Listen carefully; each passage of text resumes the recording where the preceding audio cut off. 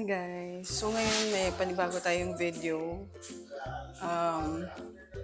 So I'm 6 months postpartum and then yung tiyan ko ang laki pa din. And sometimes it causes me to feel sad.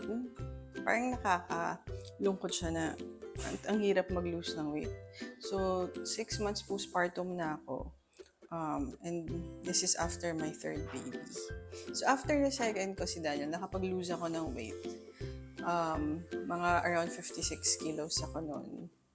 Then, nabuntis ako. So, ngayon yung weight ko is around 68.35. Kaya lang kasi 2 days ago, nag-start na ako magbawas ng pagkain. So, kanina, nag-weigh-in ako. Papakita ko sa inyo dito.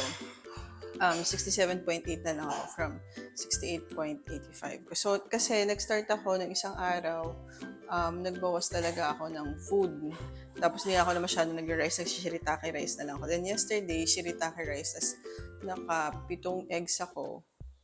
And then 8 eggs pala, and then konting corned beef. So, yun ang kinain ko. So, mga more or less, mga 1,000 plus calories lang yun. But it's not about the calories. So, ang gusto ko i-try ngayon for 1 week is mag-egg diet ako. Kasi di ba ang eggs is mataas sa protein and very nutrient and healthy. So, organic egg yung pina-order ko kay mama. So, yun yung iti-take natin for a week. Trial lang. Ano ba magiging itsura ko? Makakapag-lose ba ako ng weight? So, ayun. Tsaka for me, to monitor lang din. Kaya nire-record ka na lang din to. So, pakita ko sa inyo kung anong itsura ko. Or, gano'n nakalaki yung tiyan ko after 6 months postpartum. Ayan. So, this is how I look 6 months postpartum. I'm also breastfeeding. Ayan siya. Hindi pa ako kumakain today.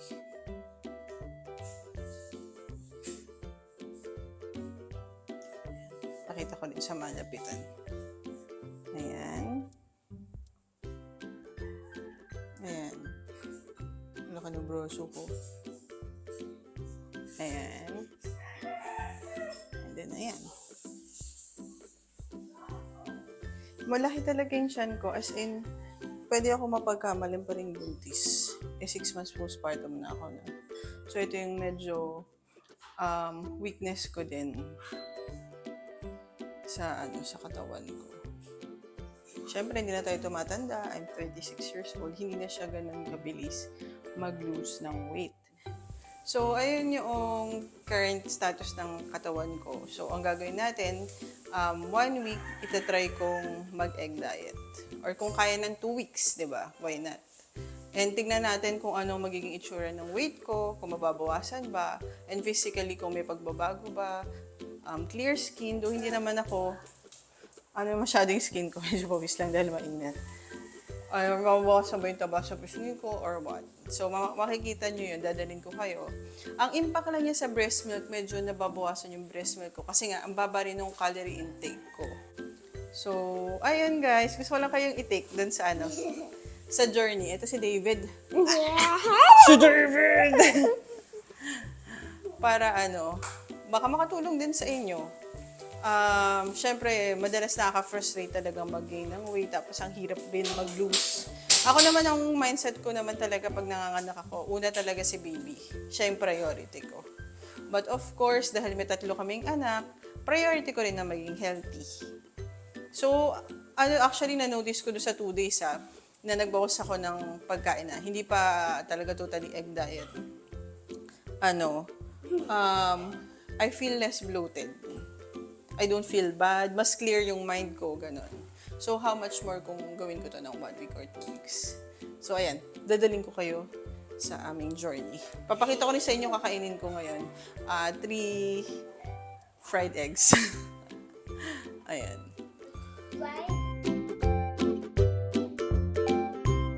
So, hindi ko pala nasabi kanina. Sugar addict din kasi talaga ako. So, sa 1 week na mag-egg ako, hindi rin ako kakain ng anything with added sugar or anything na sweet, like fruits.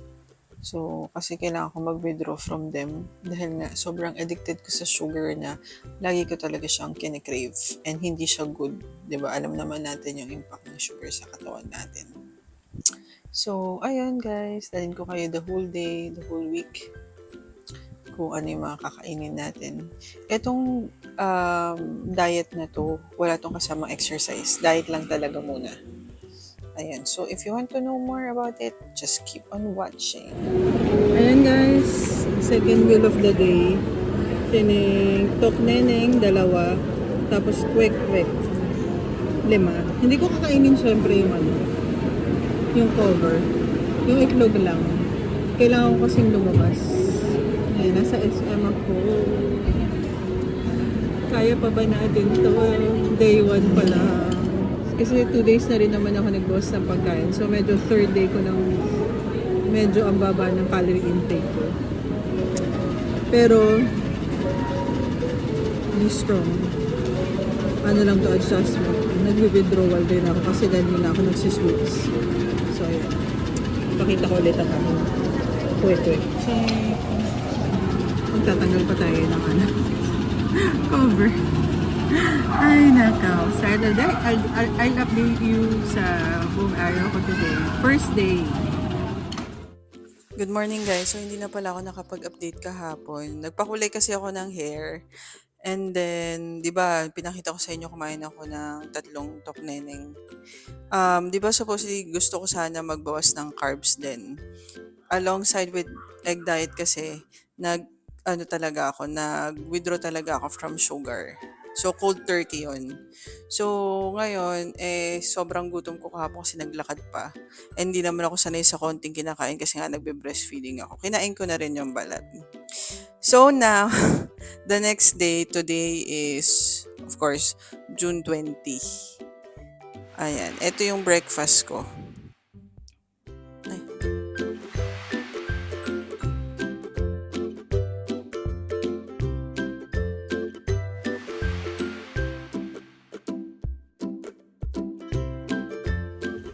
Good morning guys! So ngayon, third day na ng egg diet. June 21. So, pasensya na sa ingay may mga kids. Ako yung nag-aalaga sa 3. So ngayon, kagabi ang kinain ko is 3 boiled eggs with sauce. So ngayon naman, 3 boiled eggs. Naglagay ako ng shirataki rice. Alam ko, nagbabawas ako ng carbs, not totally naman. And then, ayan siya guys, boiled eggs. Pasensyahan nyo na yung pagbabalat ko. Nagmadali ako kasi nga may 3 akong batang inaalagaan. Tapos ito, shirataki rice to. Bali, dried shirataki na nilagyan lang ng hot water tapos cook for 10 minutes. So, sobrang low naman to sa calories and may mga nutrients din naman to. Kasi nga na-realize ko na medyo napakababa ng calories ko talaga.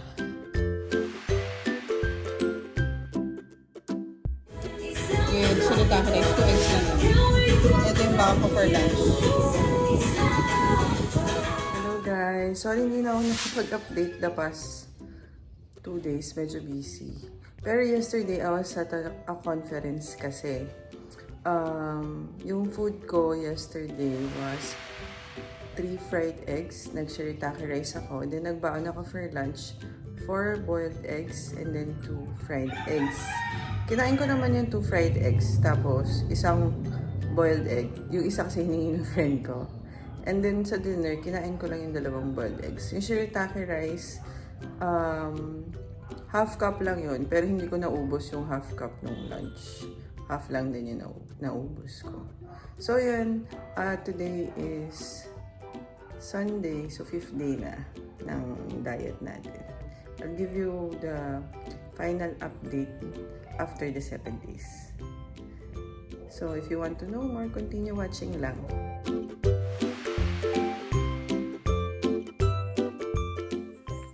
Hello guys! So, hindi ko na record yung lunch ko. Ayan na, sumisigaw na yan ako. Nagbabantay tayo ng bata. So, hindi ko na record yung lunch ko. Yung lunch ko is 2 fried eggs. Yun lang. And then, dinner ko is 3 boiled eggs. Ito siya. Chinit! Hindi ko pa nakain yung isa.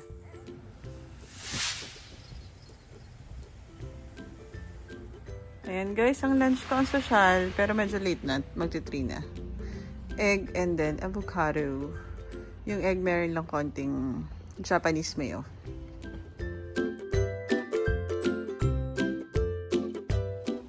Man guys, nakalimutan ko ng i-vlog. Kumain na ako. 3 eggs and then shirataki rice. Now, I woke up parang hinang-hina ako today. Last night kasi ang kinain ko, hindi ko na rin na-vlog. 2 boiled eggs lang with salt. So yun, this is the last day guys. Praise God. So, I will be updating you of my progress tomorrow. So yan guys, lunch ko is tok neneng and then eto penoy. Tig dalawa, pero kasi isa dito kay David kasi kasama ko siya today. Mag-grocery kami. Ayun na, kinukuha na niya.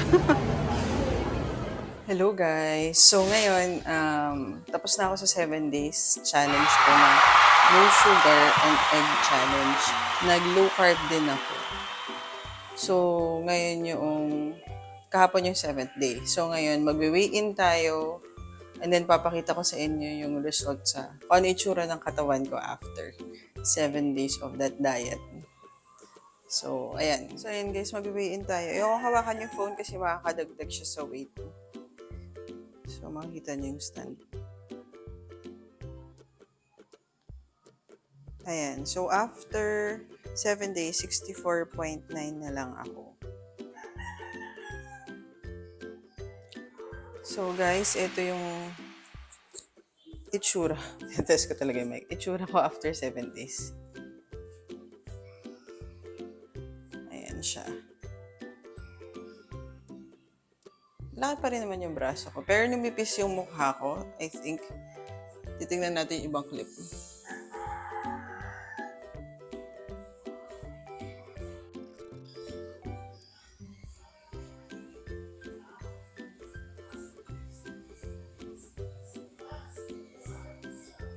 Ayan. Ito yung close up.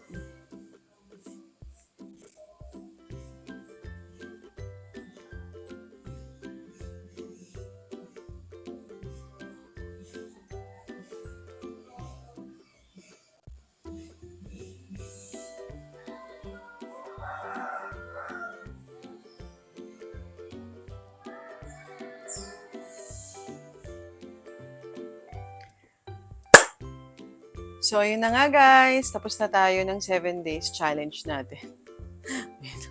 Masyado tayong close ha Layo natin. Ayan. So, bakit ko nga ba in-start yung diet na to? So, una, para mag-reset and mag-start ng healthy lifestyle. And then, for health reason as well. Kasi nga napansin ko, ang bilis kong mapagod, ang bilis ng heart rate ko,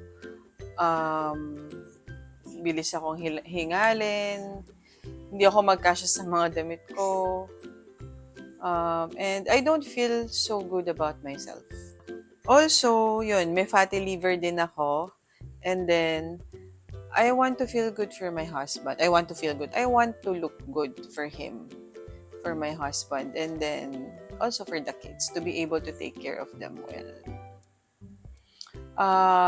So, disclaimer, hindi naman ako expert.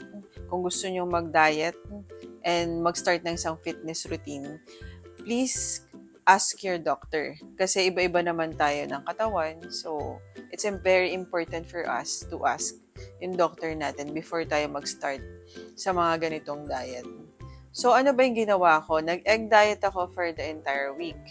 And nag-no sugar ako. No sugar meaning wala talaga akong mga desserts, walang fruits, walang vegetables, walang matamis na drinks, water lang talaga. Beside that, siguro nag-apple cider vinegar ako na nakalagay sa water. 1 teaspoon. And then, no intermittent fasting because I'm breastfeeding. So, kumakain ako pag gutom. But of course, I don't eat sa gabi kasi nagpapatulog na ako ng mga bata niyan. So, ano ba yung pros nung pag-egg diet ko and sugar fasting? So, unang-una, from 67.8 kilograms, now I'm already 64.9 kilos. So, hindi siya ganun kakita physically, but I feel lighter, lumiit yung tiyan ko, lumiit yung pisngi ko. And, nag-brighten up talaga yung face ko, na-notice ko dun sa, sa mirror. And, I feel good about myself ngayon lalabas ako. Tsaka yung mga damit ko, medyo na siya, medyo lumuwag-luwag ng konti. Ayun, yun yung mga pros. Yung cons siguro, the first few days talaga, like second day ko palang mag-egg diet, parang suko na ako. Kasi I needed to go out, mag-grocery, or bumili ng something. Siguro, the entire week, 3 times akong umalis. So, nag-conference din kasi ako within the week. And nung nag-conference ako, nagbaon ako ng pagkain. And when I go out naman, normally sa mall lang ako pupunta. Ang kinakain ko lang yung, nakita nyo naman sa mga videos na kwek-kwek, tokneneng, gano'n. So, nung una tinatanggal ko pa yung shell. Pero parang for me, since sobrang calorie deficit na nga talaga yung diet ko, kasi ilang itlog lang ako sa isang araw, like 10 eggs a day. Calorie deficit na siya. Sabi ko, sige, kainin ko na lang yung laman ng yung nakabalot dun sa egg. Hello guys, so as I was saying, ayan, tinama ko ni anak ko. Kasi baka kung ano nang paggagawin nito. So as I was saying, sa first few days ko talaga, grabe, ang sakit ng ulo ko, nahihilo ako, nanghihina ako. Kasi nga nag-adjust yung body ko eh. And then, second day ko pa lang, girls, suko na tayo. Parang sabi ko, ayoko na. Pero hindi, I need to stick to it eh. To be healthy, not just for myself, but for my family. Isa sa reason itong baby na to. Ayan, siguro talaga yung pinakonsumi na yung gatas ko. But, buti na lang may stash ako sa ref ng mga breast milk. Nagpapump pa rin ako, pero may stash ako additional dun sa pinapump ko. Yun, naiinom naman niya. Some would say na, bakit ka kasi nag-diet, di ba? Eh, nagbe-breastfeeding ka nga. I think it would benefit my kids more na I am healthier, I am happier kung ano yung itsura ko, or ano yung status ng health ko. That is what matters, no? Yung lagay ng mindset din natin. Ayan. So, ayun guys. Sobrang happy ako talaga dun sa result. So, I lost 3.45 kilos of weight.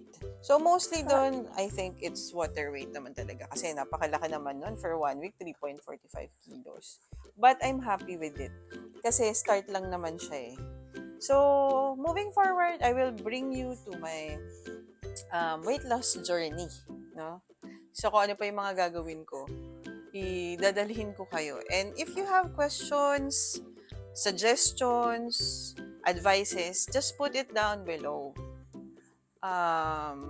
And kung gusto niyo ma-update pa sa mga future videos, please consider subscribing to our channel. So that's all for now. See you again on our next video. Bye! I'll say bye!